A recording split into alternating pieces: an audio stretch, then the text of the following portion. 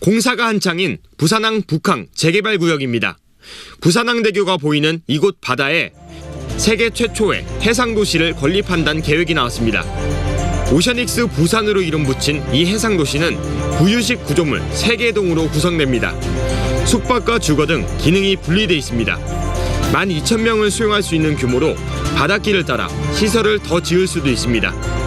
기후 변화로 인한 해수면 상승에 대응하기 위해 UN 해비타트가 추진 중인 새로운 주거 형태입니다.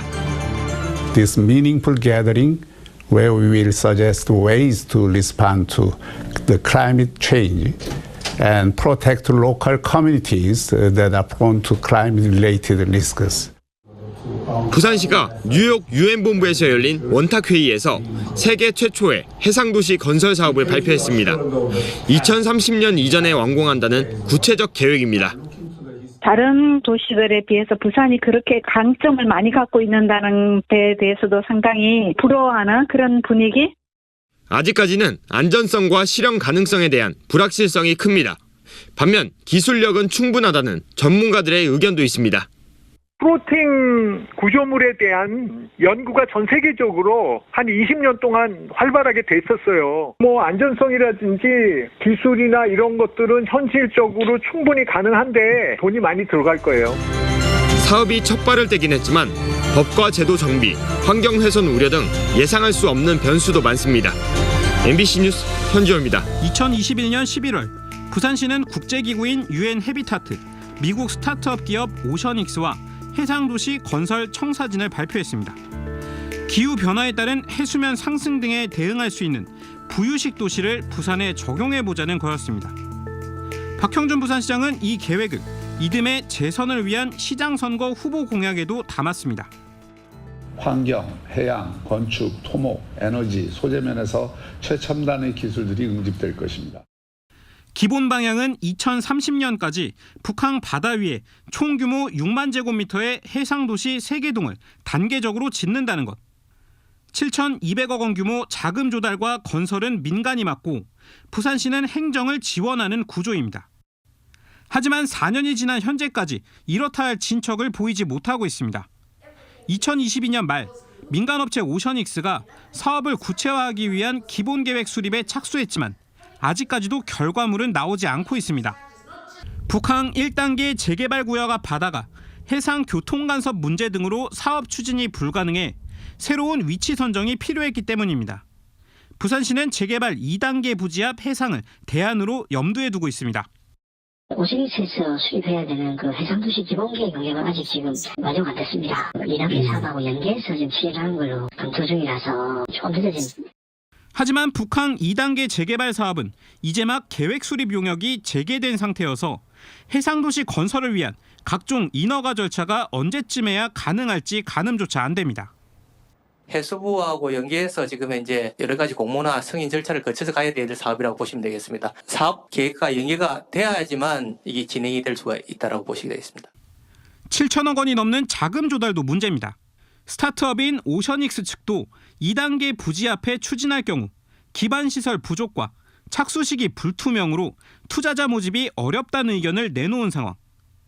이 때문에 지난달 부산시의회에서도 사업의 실현 가능성이 없는 거 아니냐는 지적이 나왔고 부산시는 이렇게 답했습니다. 저희도 이 사업이 실현성이 많이 있다라고 생각은 하진 않습니다만은 이 사업이 실현성이 없더라도 열심히 노력해서 이게 만약에 된다라고 봤을 때 그 효과는 상당합니다. 그래서 당초 계획대로라면 내년부터 착공에 들어가야 하는 상황. 하지만 현재의 상황만 놓고 보면 시민들에게 헛꿈만 불어넣은 말뿐인 해상도시로 전락하는 건 아닌지 우려가 나옵니다. 이슈 분석 송강무입니다. 인도네시아 수도 자카르타입니다. 바닷물이 주택가를 위협하고 이슬람 사원은 이미 잠겼습니다. 정부는 수도 이전 계획까지 세웠습니다.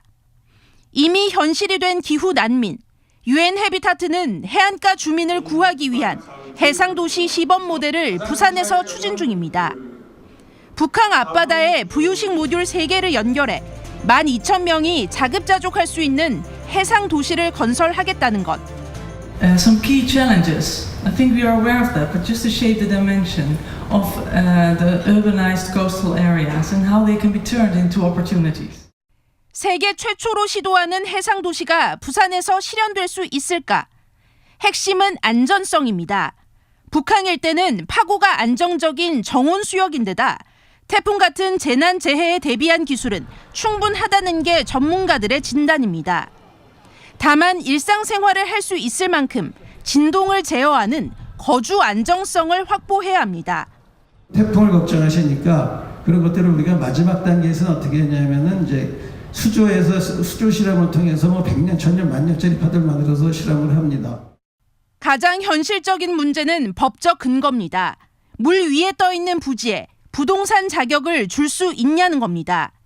실제로 서울 한강의 인공섬인 세비섬의 경우 선박으로 등록돼 있습니다. 결국 관련 법 개정이 필요한데 공유 수면을 사용한다는 점에서 공공성 훼손 논란이 제기될 수 있습니다. 부동산으로 등기를 해야지 제대로 된 재산 가치가 나올 거라고 생각합니다. 그래야지만 이 민간 투자자가 이 관심을 갖게 됩니다. 스마트 해상 도시는 미국 기업 오션익스가 짓고 부산시가 행정 절차를 지원합니다. 시는 2억 원을 투입해 해상 도시 건설의 근거가 될 법 제도와 인허가 사항에 대한 연구 용역을 진행 중입니다. MBC 뉴스 윤파란입니다.